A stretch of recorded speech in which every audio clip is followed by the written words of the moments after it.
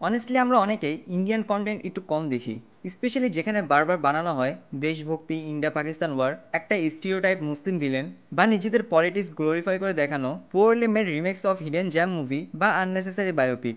But এর মধ্যে কিছু জেনুইনলি কোয়ালিটি কন্টেন্ট আছে যা ইমোশনাল সিম্পলিসিটি আর স্টোরি টেলিংয়ের জন্য আলাদা অ্যাটেনশন ডিজার্ভ করে। তাদের মধ্যে একটা হলো টিভিএফ এর পঞ্চায়েত। এই সিরিজটা কোনো ওভার দ্য টপ ড্রামা না করেও আমাদেরকে একটা রিয়েল গ্রাউন্ডেড এক্সপিরিয়েন্স দেয়, যা আমাদের মতো অডিয়েন্সের জন্যও রিলেটেবল অ্যান্ড কমফোর্ট সিরিজ। প্রথমে যারা একদমই পঞ্চায়েত সিরিজ দেখে নাই তাদেরকে বলি, পঞ্চায়েত হলো একটা Indian based comedy drama series যেখানে একজন ইঞ্জিনিয়ারিং গ্র্যাজুয়েট অভিষেক ত্রিপাঠী নতুন চাকরি খুঁজে না পেয়ে একটা ছোট্ট গ্রামে পঞ্চায়েত অফিসে সেক্রেটারি হিসেবে যোগ দেয়। ইনিশিয়ালি তার লাইফ তার কাছে একঘেয়েমি বা বোরিং মনে হলেও ধীরে ধীরে সে গ্রামের লোকজন, পলিটিক্স আর বন্ধুত্বের মধ্যেই একটা রিয়েল মিনিং খুঁজে পায়। সিরিজটা একসাথে হিলেরিয়াস আর হার্টফেল।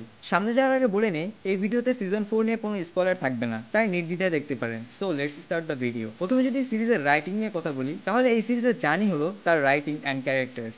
প্রত্যেকটা ক্যারেক্টারের রাইটিং পাশাপাশি তাদের অ্যাক্টিং দেখে মাঝে মাঝে মনে হয় তারা আসলে এই গ্রামেরই লোক, আর এই জিনিসটা এই সিরিজের মধ্যেও ছিল। আর প্রধানজির ওপর গুলি চালানোর বিষয় নিয়ে ভালোই মিষ্টি হোল্ড করেছিল। কিন্তু এই সিজনের মূল ফোকাস ছিল ইলেকশনে, তাই এই সিজনের ড্রামার চেয়ে কিয়স আর মারামারি বেশি। অ্যান্ড আরও দেখানো হয়েছে পলটেক্স, টেক্স, যার কারণে হয়তো এই সিজন অনেকের কাছে পছন্দ নাও হতে পারে। আর এই সিজনটা সর্ট অফ ইনফিনিটি ওয়ার ছিল। আর ফিফথ সিজন, যেটা মেবি এই সিরিজের লাস্ট সিজন হবে, সেটা এন্ড গেম। তাই অনেক জায়গায় অনেক কিছু প্রেডিক্টেবল ছিল, অ্যান্ড আমি তা আগে গেস করে ফেলেছি। কিন্তু ওইটা দেখানোর স্টাইল, রাইটিং, ডিরেক্টিং অনেক ভালো ছিল, তাই আপনার কাছে একটু বোরিং লাগবে না। আর এই সিরিজের মিউজিকও ভালো ছিল, কমেডিও অ্যাজ অলওয়েজ টপ নচ ছিল।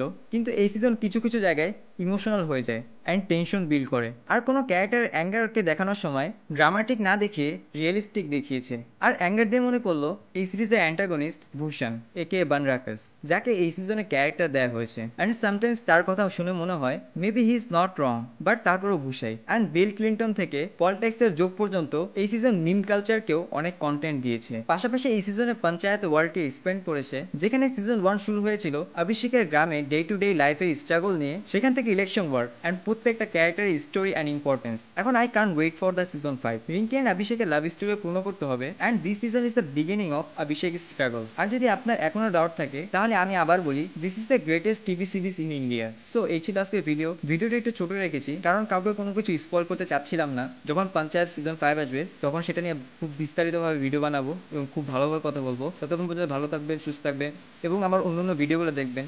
সো দেখা হবে নতুন ভিডিওতে নতুন টপিক নিয়ে। বাই।